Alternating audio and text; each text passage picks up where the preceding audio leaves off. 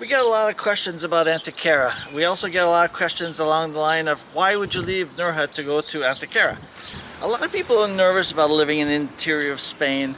They're worried that they're going to be out of their element, that they won't make friends. They wonder about the resources available to them. They're worried about the language factor. These are all valid issues, and honestly I think we underestimated what the differences that we would face here in Antequera versus what we had in Nerja. In many ways, our experience has been the total opposite in Antequera to what we had in Nerja. So this is what we're going to talk about in this video.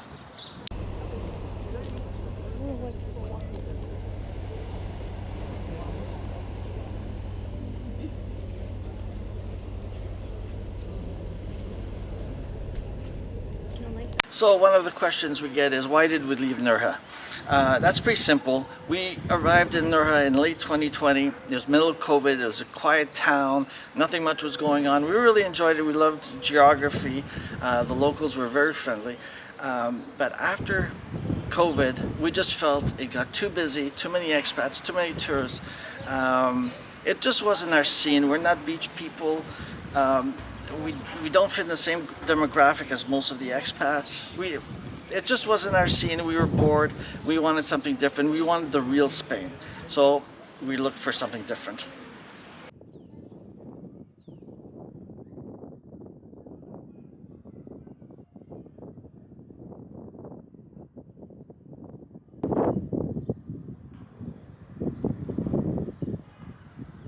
So why Antequera? We were scouting around looking for a different city to stay in. We visited Antequera on a weekend and we were just amazed by the beauty of this place. It's a spectacular city. People don't say much about Antequera, but it's got so much to see. You got the Sierra, the Torcal back here. You got the dolmens. You got about 35 churches. There's culture everywhere, history everywhere. It's what we were looking for. We were looking for the real Spain, and in many ways that's exactly what you get here in Antequera.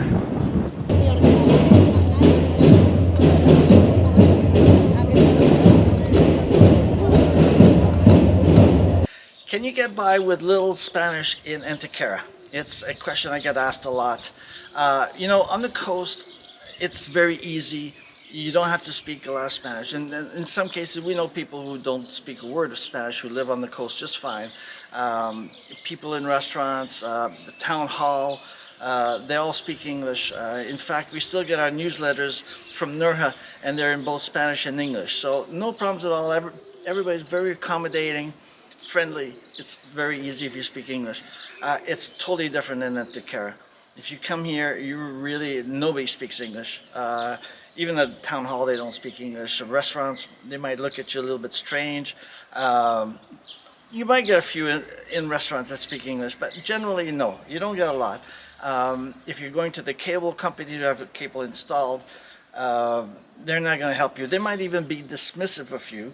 And sometimes it's not that they're being unfriendly. Maybe they just feel uncomfortable. They don't know how to deal with you. So language is definitely an issue if you move inland. On the other hand, this might be a great immersive experience. If you want to learn Spanish, then you're diving right in, and you're best way to learn it. But you really do need to, if you can, speak some Spanish. It'll help you out a lot. Okay, so Lizette and I both speak Spanish. Lizette's about 95% proficiency. She understands just about anything. She'll have problems sometimes with words that they use here. Sometimes if somebody has a really heavy dialect, she won't understand. But generally, she gets by just fine. I'm at about 75% proficiency. I can get by with my Spanish. I can just get by. I can have simple conversations if people aren't talking 100 miles a minute. But sometimes that's not always the case. Sometimes, I have to ask people to slow down. Generally, we get by just fine. But one thing you should know, and we were told this when we arrived in Antequera, is they speak very quickly here. We had our driver from Nerja, and the first thing he said was, they speak very quickly in Antequera. So just be prepared. Don't be shy to ask people to slow down.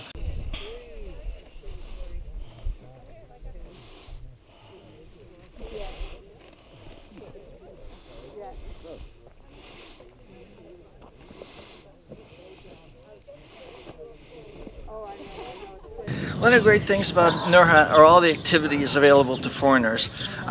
You can do almost anything. There's card clubs, Scrabble clubs, you can do yoga on the beach, you can go hiking. I used to be part of a hiking club, and every couple of weeks I would go hiking, and there'd always be 20 or 30 people. It's very easy to do things in Nerja, to make friends. So that's a big positive. If you're looking for a good social life, Nerja's great. In Antequera is totally different. Just for example, we have a local Facebook group here. It's called Expats in Antequera. They have about 50 members. They tried to organize a hike once and nobody was interested. We knew we'd have to integrate coming here. We looked for a local group. I looked into a local hiking group, couldn't find anything. We haven't found any kind of social clubs at all. So we haven't been very active. I guess it's understandable. You're on the coast, there's a lot of foreigners. They're retired, they're looking to do activities. Here, people are working. When they have free time, they spend it with family. So, you know, you should know all that before thinking of living here, because if you want to make friends, you're gonna have a hard time.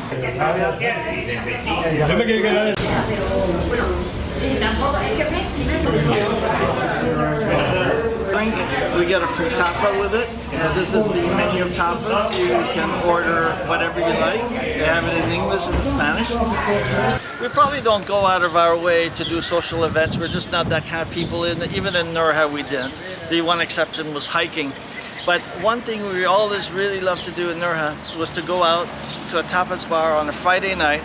It would always be full of locals and foreigners, and we would stay, have a bunch of drinks, usually end up talking to people.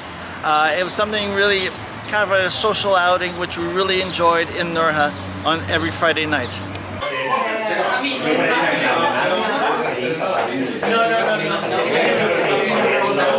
So it's very different here in Antequera. They are tapas restaurants, but it's not the same scene at all. It's not as active, it's not as lively, it's not as inclusive.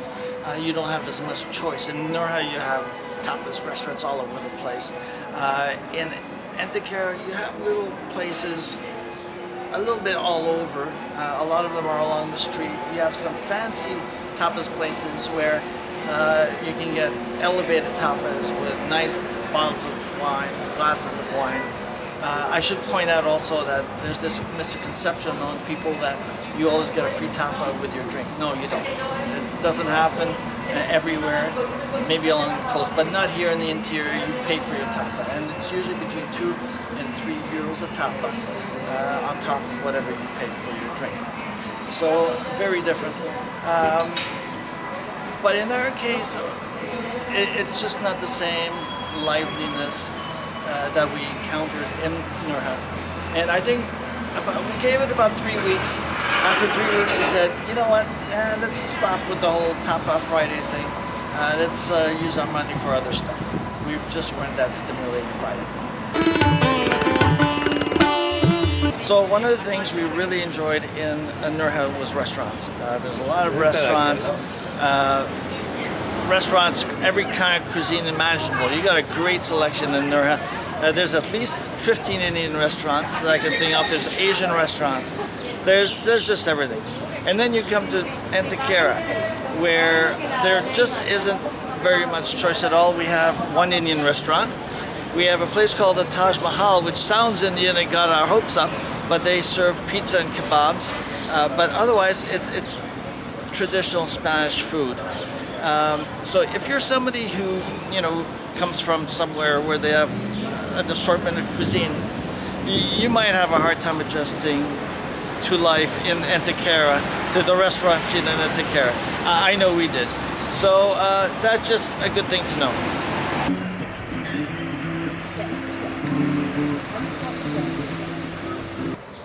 So I hear a lot of people say, oh, it's too hot in the interior. It's so hot. It's like 43 degrees in Sevilla. It's so hot. The truth is, you know what? It's totally different. You can't compare.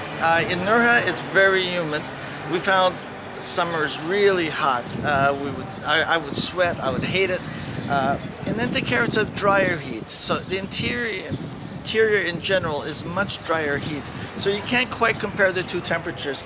I'd compare it to a sauna. You have the dry sauna, the Scandinavian sauna with the wood, and you have the steam saunas. And they're both hot, they're both uncomfortable, but it depends on what you prefer. For me, I prefer the dry heat to the humid heat. So I've actually liked the weather in Antequera more than I did in Nerja. What we've actually appreciated here in Antequera is the more distinct seasons. Winter does get colder, and you have to wear a light jacket, sometimes even a thicker jacket. You get more rain in the spring, so you have more distinct seasons than you do on the coast. But we like that. If you like variability in seasons, then you might like the interior more than the coast. So a side effect of the climate are bugs and rodents. When we lived in Nerja, we had a lot of cockroaches. They would come out of nowhere. We had rats. The complex we were in had rats. They actually chewed through the cables, through the cabling. We had to get the cable company to come and change the cables. We had a lot of mosquitoes. In Nerja, I haven't seen a cockroach. We've been here almost a year. I haven't seen a cockroach. I saw a rat once going under the door of a church, going into the church. But apart from that, really, we haven't seen anything. Mosquitoes here are huge, which was a surprise. They're bigger than any mosquito I've ever seen. Maybe they just grow bigger inland. I don't know. But as far as bugs and rodents, we haven't had issues here in Antequera compared to the coast. One of the things people should know is that the people here in Nerja are very friendly. We moved here over 2 years ago. We always found people super welcoming, easy to talk to. So really, you don't have to be worried about integrating into the local population. They're all very friendly, very nice, very tolerant. So that's a great thing about Nerja. We're going to talk about people. When we were in Nerja, I did a video called The Pros and Cons of Nerja. And one of the pros was definitely the people. We found them very friendly, open, tolerant. We really liked the people in Nerja. So it was strange to come to Antequera and find that the people are very different. It has a small town mentality. I don't think it's that the people are unfriendly. It's just that they're more reserved. They almost suspicious of strangers, maybe. And we get a lot of stares. We're a funny-looking couple. We get a lot of funny looks. So this is something people should know, especially if they're funny-looking. In Antequera, you might get some stares. You're definitely different here than the majority of people.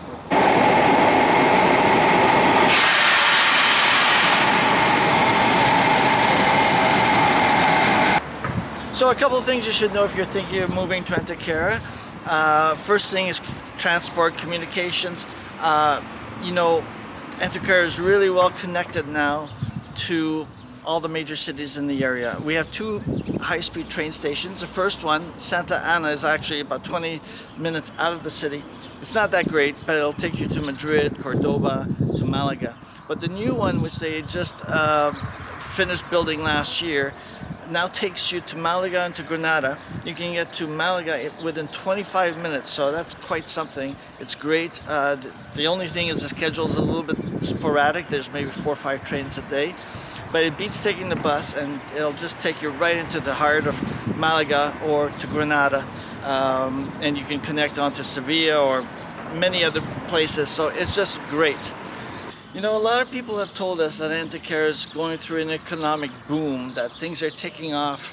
Antequera has always been, it's in the heart of Andalusia. It's called the heart of Andalusia, actually. It's at the crossroads between all the major cities. If you look at the map, you'll see all the roads connect through Antequera. So it's always been used as a distribution center. For example, we have a huge Mercadona warehouse on the outskirts of the city.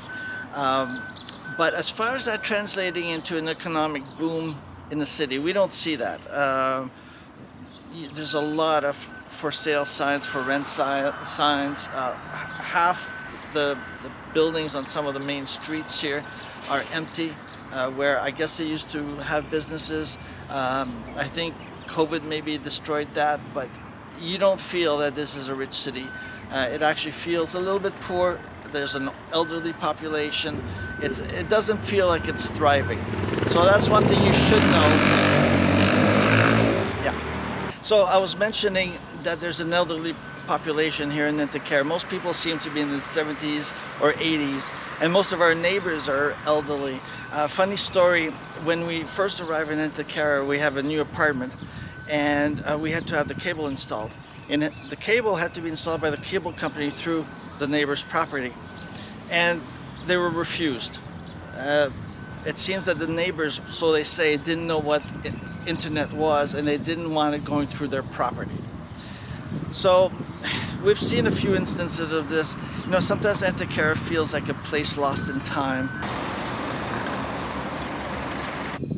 Like I said in the beginning of the video, living in Antequera versus Nerja has been totally different. It's opposite experiences. In Nerja, we had an active social life. We had a great restaurants, but we felt we were culturally bored. In Antequera, it's the opposite. This is a great city. It's a beautiful city, rich in culture, but we felt a little bit socially bored. We just felt it as expats. It was a little bit hard to integrate. And it lacked a little bit of life, social life, not cultural life. So totally opposite ends of the spectrum. But in the end, for us, Antequera was what we were looking for. We've loved this city. It's exactly what we were looking for. We wanted a place rich in history, culture, something that was the real Spain, and it definitely is. And it's a little bit off the beaten path here. We're in the Plaza de Toros, and we just walked in. In places like Sevilla or Granada, you're gonna pay 5-10 euros to get in here. But no, we just walk in. This is Antequera. It's low key, very little tourism, just authentic Spain. And this is what we were looking for. So we're happy we came to Antequera. So something I haven't mentioned, we're actually leaving Antequera. It's nothing to do with Antequera itself. Well, in some minor reasons, yes. But it's more about us. We always have itchy feet, and we want to explore more of Spain. So we're going to be moving on within the next week or so. We've been in Antequera a year, but no regrets. We've really liked the city, and a lot of people, I think, would be very interested in living in a place like Antequera long term. I can see it. If you're maybe you're a young family, you want to integrate in Spain, you have everything here. You have hospitals, you have a 25-minute train ride to Malaga, schools. You can integrate here.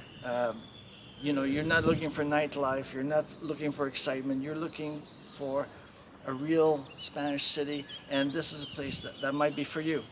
If you're an elderly person, who doesn't have itchy feet like us, you might really like settling in a place like Antequera as well. So it all depends on what you're looking for. But you know, it's a stunning city, and we've enjoyed our time here, and have nothing but good memories of Antequera.